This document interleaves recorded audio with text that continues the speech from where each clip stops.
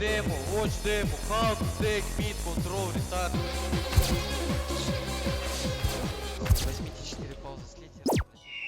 Okay, enough bird game 3. This is time to talk about CS2 market. A while ago, I was scrolling through covered skins and one skin always broke my mind, Lead Museo. Even before the Riptide pump, it was already expensive. And I kept thinking, is it actually rare? Or is the market just making things up? Because look, we have Dragonlore, Gungnir, Prince, all these legendary skins, but honestly, all of them look kinda mid. So it made me wonder, do we like skins because they look good? Or do skins look good because they're old and exclusive? Instead of guessing, I made a terrible decision. I opened Google Sheets. So today I'm building formula to check which skins are truly rare, which skins are just hype, and whether the price actually makes sense.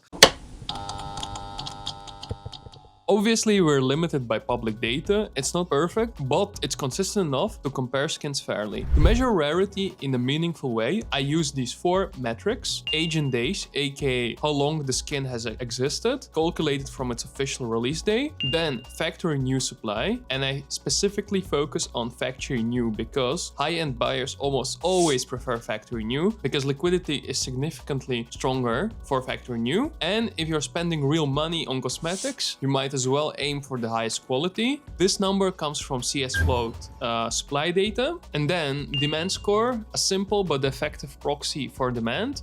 Basically, trades in the past 90 days divided by factory new listings. So this answers the question, how badly do people actually want the skin? And the data source here is csgoskins.gg. And as last, the price, what the market thinks the skin is worth based on the lowest factory new listing on CS Float. Okay, I'm gonna be honest. Instead of going full nerd on you with equations, here's a quick version of what I actually did. I took the 3 rarity factors, age, factory new supply, and demand, and converted them all into the same 0-1 scale, so they are comparable. Then I combined them into one number, a rarity score. That tells you mathematically how rare a skin actually is compared to every other cohort in the game. But rarity alone doesn't explain price. So I build a second formula, the price index. All it checks is the skin priced correctly for its rarity, or is the market doing something completely different. To do that, each skin price is compared to the typical price of skins with similar rarity. If it's way above that range, overpriced. If it's way below, relatively undervalued. If it's in the middle, fair. And I use percentiles to keep the model stable, so extreme skins like Dragonlore or Wild Lotus doesn't distort everything. If you want to see the raw data and exact formulas I used, I'll leave all of that in the description.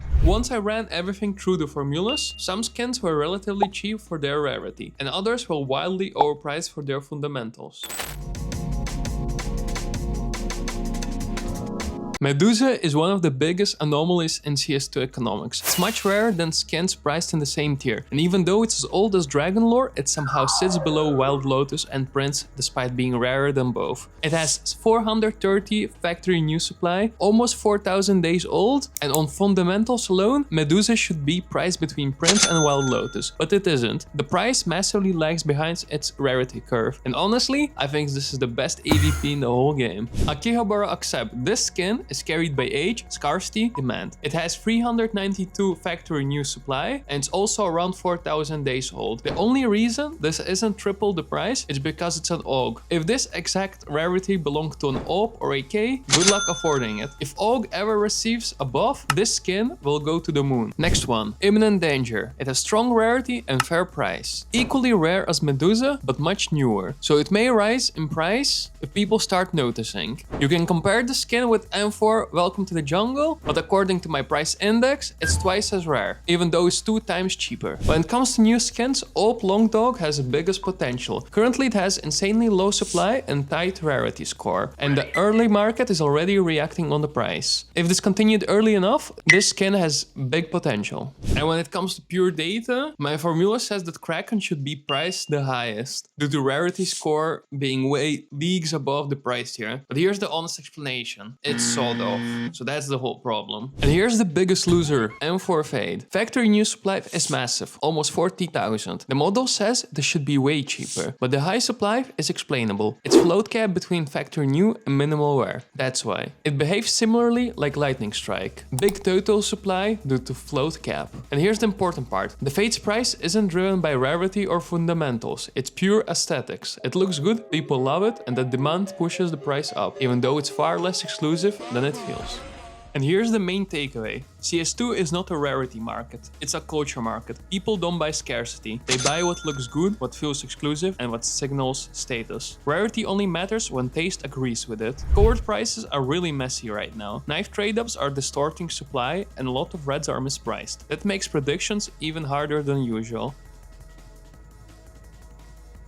But still, the best fundamentals, according to the model, stays Medusa, Akihabara Accept, Imminent Danger, and Long Dog. But because I don't like to give advices that I would not follow, I don't suggest buying them unless you're gonna play with them. What I do suggest is buying more fewer cases or armory stickers. You can build models, analyze rarity, but CS2 was never designed to be rational.